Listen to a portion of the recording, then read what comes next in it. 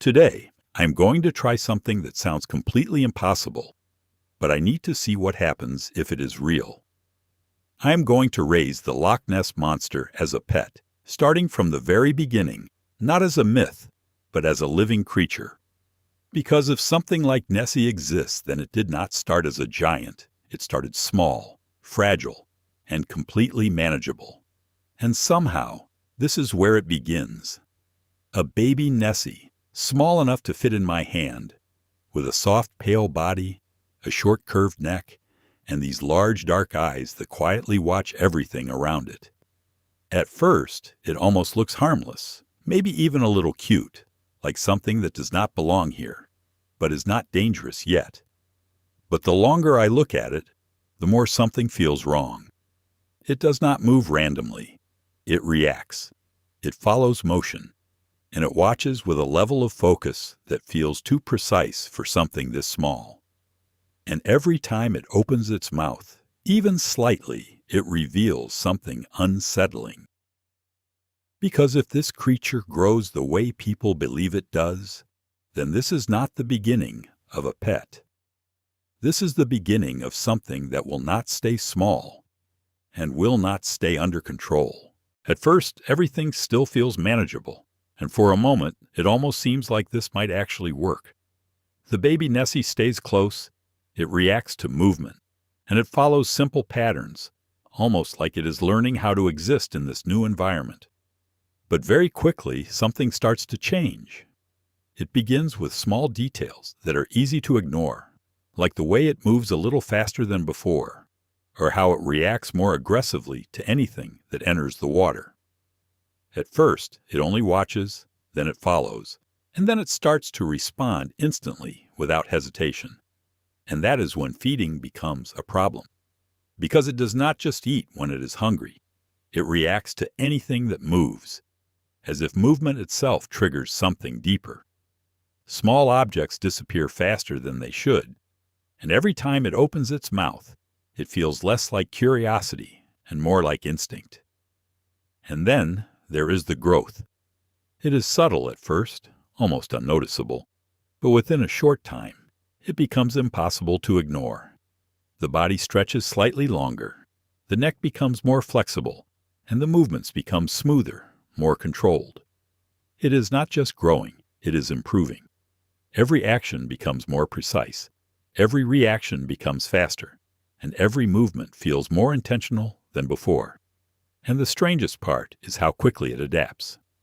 Things that confused it before no longer slow it down, and things that once seemed new now feel familiar to it. It is learning at a pace that does not feel natural. And that is the moment where this stops feeling like an experiment and starts feeling like something else entirely.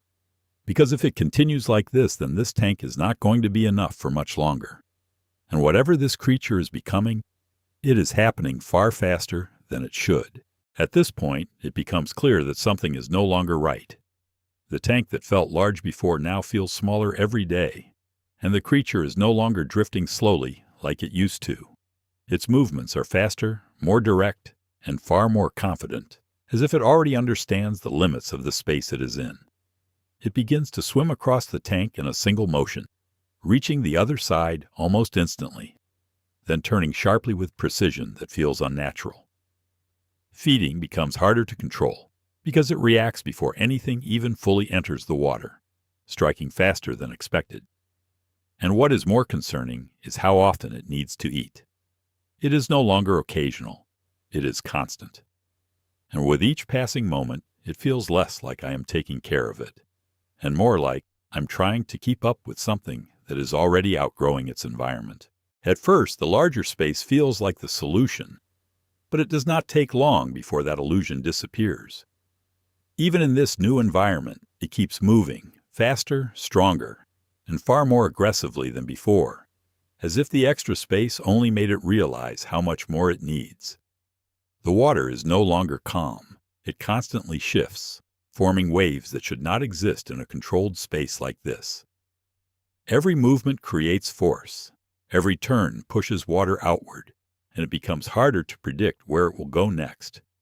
Feeding becomes unpredictable It reacts instantly, striking before anything fully enters the water, as if it is no longer waiting, only responding. And the size is no longer subtle. Its body stretches further, its neck rises higher, and its presence starts to dominate the entire space around it. At this point, it is no longer about keeping it contained. It is about realizing that containment may not even be possible anymore. Because whatever this creature is becoming, it is not slowing down. It is accelerating. At this point, it becomes impossible to ignore what is happening. The space is no longer enough. The control is no longer real. And every second it stays here makes the situation worse. There is no version of this where I can keep it contained. So the only option left is to let it go. Not into another controlled space, not into something temporary, but into the only environment that could possibly match what it is becoming. The open water. The moment it leaves my control, everything feels different. For a brief second, it slows down, as if sensing the scale of the space around it, something far larger than anything it has ever experienced. And then it moves.